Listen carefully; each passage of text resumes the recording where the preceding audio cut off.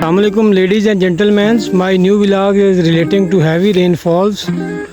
It is a fact, no denying the fact that something is better than nothing, excess of everything is bad. अब ये साबित होता है कि जो बारिशें अगर ना हों तो भी नुकसान है, अगर ज़्यादा हो जाएं, अगर ज़रूरत से ज़्यादा मोर देन एक्सपेक्टेशंस हो जाएं तो this will be the result of in front of you. ये देखें, शुगर केन की फसल हो, ये इस तरह का जो ये घास हो, it is to be used as a feed for animals. तो ये जो लंबी फसल है ये गिर के तबाह हो जाती है। जब ये फसल गिर के तबाह हो जाती है तो इसकी जो एवरेज है और इसकी जो इसका जो वेट है, इसकी जो क्वालिटी है वो बड़ी इफ़ेक्ट होती है। लेडीज़ एंड जेंटलमैन, जो फसलें छोटी होती हैं ना, जिनकी हाइट ज़्यादा नहीं होती, मिसाल के तौर पर ये जो फसल आपके सामने है ये मक्की की है, मेज़ की। अब इसके लिए प्रॉब्लम नहीं होता, ना इसको लॉस होता है। ज़्यादा मसला होता है जो फसल लंबी होती है, जिस तरह मिसाल के तौर पे ये आपके सामने घास है, बिल्कुल ज़मीन के साथ लेटा हुआ है। अब इसको काटना भी मुश्किल है, इसकी कोई हिम्मत ही नहीं है कि किस साइड से इसको काटा जाए। कोई किसी साइड पे गिरा हुआ है, कोई किसी साइड पे गिरा हुआ है, तो ये बड़ी दिक्कत होती है। जो लंबी फसल होती है वो गिर के तबाह हो जाती है। फ्रेंड, ये जो छोटी फसल है या चारा है जिसमें ये चरी आ जाती है, बाजरा आ जाता है, ज्वार आ जाती है, इसको कोई प्रॉब्लम नहीं होता क्योंकि इसकी हाइट भी ज़्यादा नहीं होती और इसका इतना ज़्यादा वेट भी नहीं होता।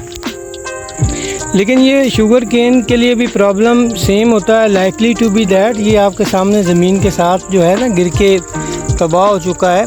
तो ये शुगर केन है, ये जो लंबी फसलें होती हैं वो हैवी रेनफॉल में गिर के तबाह हो जाती हैं। फोर्थ किस्म की ये क्रॉप है आपके सामने।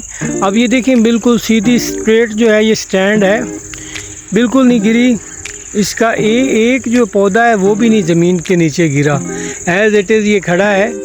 तो होना ये चाहिए, जो लंबी फसलें हैं ना, जब रेन या बारिशों के चांसेस हों, ये मॉडर्न दौर है तो हमें अपने फार्मर्स को बताने की ज़रूरत है। हम गूगल से ये जो वेदर की अपडेट्स है वो लेके उसको इन्फॉर्म कर दें कि बारिशों के आने से पहले जो पानी है वो ज़्यादा नहीं लगाना चाहिए। अगर पहले पानी लगा होगा ज़मीन नरम हो जाएगी और ऊपर से जब बारिश का पानी होगा और साथ में हवा चलेगी तो जो भी फसल होगी वो ज़मीन पर फॉल हो जाएगी, गिर जाएगी, जिससे फार्मर का ये बहुत ज़्यादा लॉस है। तो हमें ये फार्मर को हर सूरत पे at each and every cost guide करने की ज़रूरत है, उसको इन्फॉर्म करने की ज़रूरत है। लेडीज़ एंड जेंटलमैन, हमारा फार्मर इतना इनोसेंट है। ये देखें, एक छोटा सा ढेर लगा हुआ है। ये जो जितनी भी ये डंग होता है ना, जिसको हम पंजाबी में पाथी बोलते हैं, उसका जो बर्निंग है, डस्ट टाइप मट्टी जो होती है, ये मैं आपको दिखाता हूँ।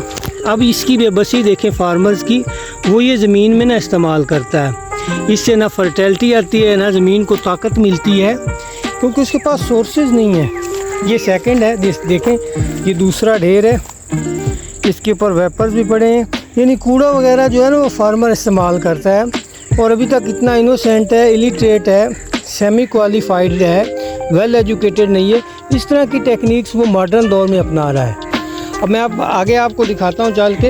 ये देखें, तीसरा ढेर भी उसी तरह है। ये जो लकड़ी है, जब बालन होती हैं तो उससे ये डस्ट टाइप जो मिट्टी बनती है ना उसकी, वो इस्तेमाल कर रहा है फार्मर्स। और उसके ज़हन में ये बात बैठी हुई है कि इसके इस्तेमाल करने से ज़मीन की फर्टिलिटी जो है वो ज़्यादा होगी, बल्कि हकीकत में ऐसा नहीं है। अब लेडीज़ एंड जेंटलमैन, जब इस तरह की टेक्निक्स अपनाई जाएंगी, ओल्ड मेथड लिए जाएंगे, साइंटिफिक मेथड नहीं होंगे, तो उसका रिज़ल्ट आपके सामने है। मैं दिखाता हूँ, ये फसल है बिल्कुल आगे सामने। अब ये देखें, इसका हाइट देख लें, इस तने का जो है ना साइज़ देख लें, इसका कलर देख लें।